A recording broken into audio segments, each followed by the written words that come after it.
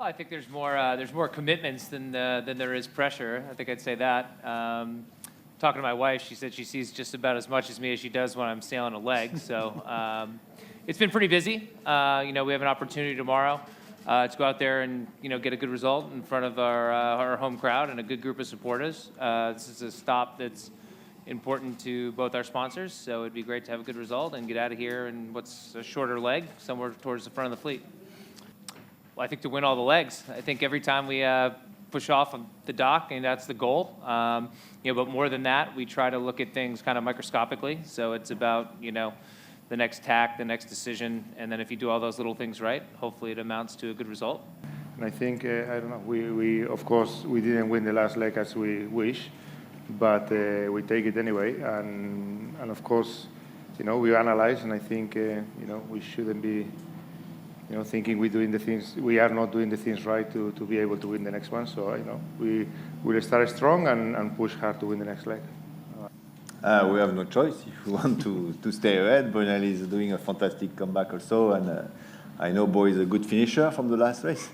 So now we have no choice. We have to beat them, but of course it's difficult, and it's not only about Mapfre and Brunel. As Xabi said, the fleet is very even, and everybody is doing a good job now and good speed, and it's much more complicated to be ahead. And our objective is quite obvious.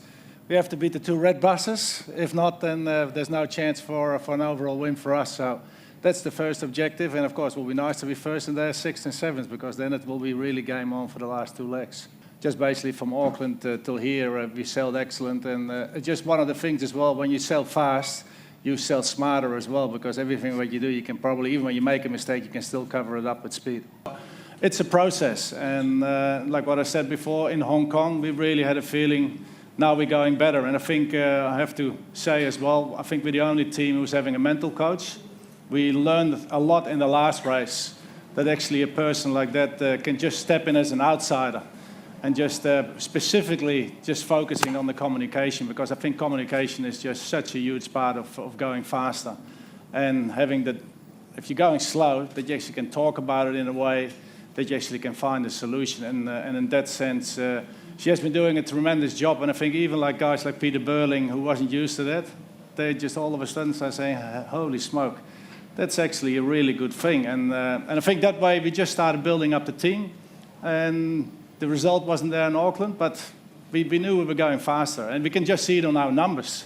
If we look at the numbers at the beginning of the race, we were lucky if we could reach 96% compared to the numbers what we had from the last race. And now we're all the time 100 and growing. And I think that's one of the things. We have a couple of really smart people. And I think that's one as well. It's a big change, the new generation.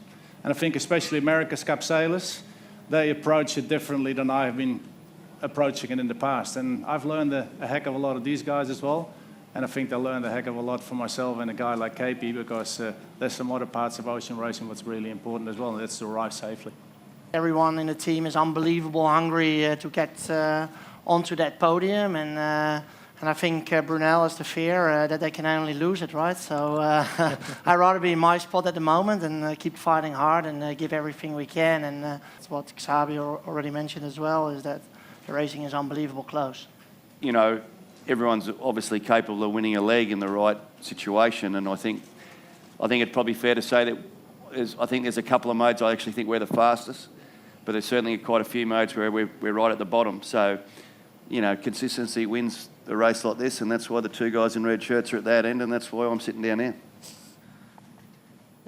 Well, we started and had the crew selection within 3 weeks, and 2 weeks later I had to be sailing leg 0. So it's been a bit of a baptism of fire for them, but they've grown. They've done it themselves. And as Bouwe said, it's really nice when you get them from different backgrounds. So we've got Olympic sailors and America's Cup experienced sailors. No experience with the Volvo Ocean race, but they've transferred a lot of their skills to us. So I'm learning from them as much as they're learning from us, and we're slowly finding our feet and, sailing at the front of the fleet some of the time, which is nice.